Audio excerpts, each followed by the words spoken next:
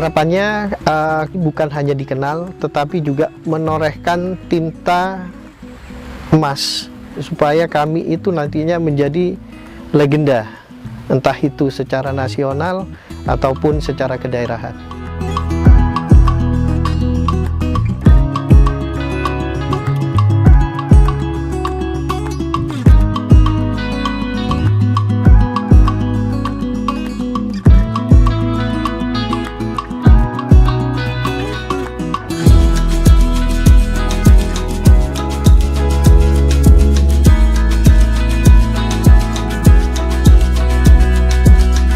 Saya Didi Astiawan. Batik tulis Sumbersari itu diawali sekitar tahun 80-an. Awal pendirinya batik adalah saya, Didi Astiawan, kemudian kakak saya perempuan, Ibu Lili Swondo, almarhumah. Pertama itu meniru batik yang dari Jogja atau Solo, tetapi kemudian timbul untuk bagaimana membuat sesuatu yang baru, sesuatu yang beda. Akhirnya membuat batik singkong, yang gambarnya itu saya mengambil gambar dari pohon singkong, daunnya juga buahnya, kemudian dituangkan ke dalam motif-motif batik. Dengan adanya batik singkong itu, kita sekaligus juga mempromosikan daerah bahwa Bondowoso itu terkenal tapenya, jadi juga ikut memajukan produksi tape dan ketela dari Bondowoso. Perkenalkan, saya Ifriko Desriandi, owner dari Sumbersari Batik. Visi misi Sumbersari Batik itu adalah membuat suatu produk. Di sini adalah produk batik tulis. Perbedaan atau pembeda dengan batik-batik yang lain, yang membuat kita nantinya akan dikenal sebagai pembuat batik yang istilahnya go internasional. Masih usia SD itu sudah terlibat dalam proses pembuatan batik dari generasi pertama, yaitu dari generasi Ibu Lili Swondo dan Bapak Didi Astiawan. Kemudian generasi selanjutnya saya sendiri dengan Allahyarham Bapak Yuka Yuliantaris, saya sebagai manajer produksinya.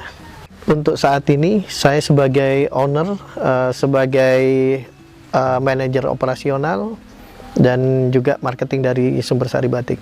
Yang dikenal dari batik Sumbersari adalah batik singkong, kemudian ada batik tembakau yang kita buat, dan juga batik-batik lain yang sifatnya berjalan disesuaikan dengan waktu dan disesuaikan dengan daerah. Semisal kami membuat juga batik dari daerah-daerah lain seperti di Probolinggo, Situbondo. Antara tahun 2000 itu kami sudah meregistrasi nomor batik, dan alhamdulillah sekarang untuk batik ini kami memproduksi dari desain yang sudah kami produksi itu kisarannya antara 11.900 hampir ke 12.000 motif batik. Aspek kualitas, kami mengadakan riset, kami mengadakan terobosan-terobosan, dan tentunya kami juga melakukan selalu melakukan penambahan-penambahan, entah itu dari detail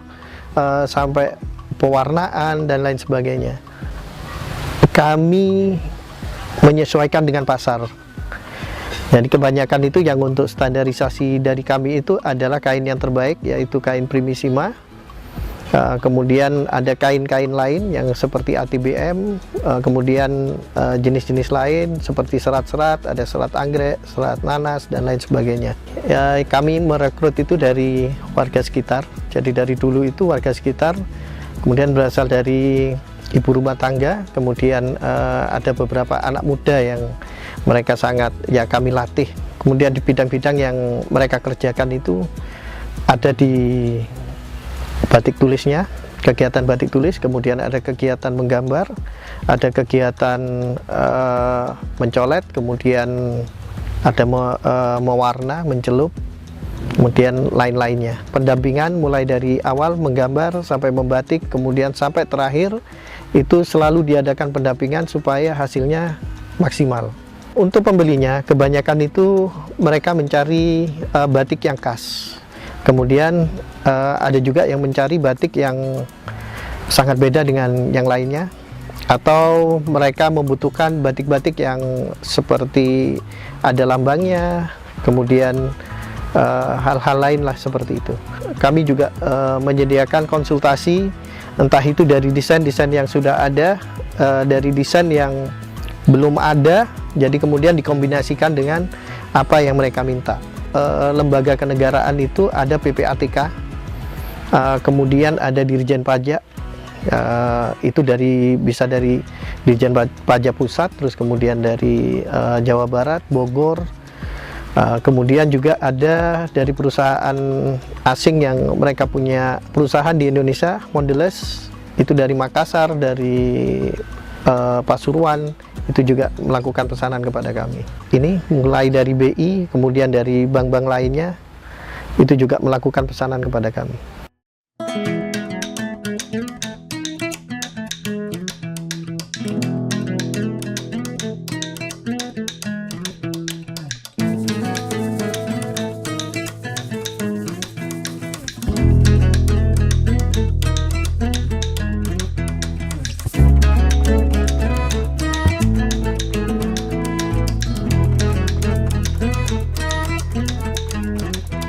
Ya, nama saya Gatot Haryanto Pratama, asalnya Bondowoso asli memang Pak. Saya itu adalah pengguna dari produknya Sumbersari Batik itu dari tahun 2014 Pak. Ketertarikannya itu memang pertama ya dari motif ya Pak ya. Jadi motif yang digunakan itu detail pertama, kemudian selalu berubah-ubah karena memang dari ownernya sendiri menjelaskan bahwasanya kalau desain yang dibuat itu hanya untuk satu, jadi satu untuk satu begitu, dan nggak pasaran gitu Pak. Jadi saya menggunakan batik yang saya gunakan ini insya Allah tidak akan ditemukan di tempat lain seperti itu. Pertama itu ada yang seperti yang saya pakai ini biasanya saya gunakan untuk formal, biasanya untuk acara resepsi pernikahan begitu, menghadiri undangan, seperti itu yang saya gunakan. Tapi ada juga Pak produk yang saya sukai sebenarnya, ada produk itu kurta batik, itu biasanya yang saya pakai untuk sholat seperti itu. Nah itu ada juga produknya, macam-macam sih produknya Pak, termasuk yang untuk istri juga ada seperti itu. Tergantung kualitas ya Pak ya. Jadi semakin bagus ya kualitas barang yang kita pakai seperti ini nih, ya nyaman lah dipakai, ya juga ada harga ada rupa lah Pak. Jadi menurut saya sih relatif lah ya Pak ya.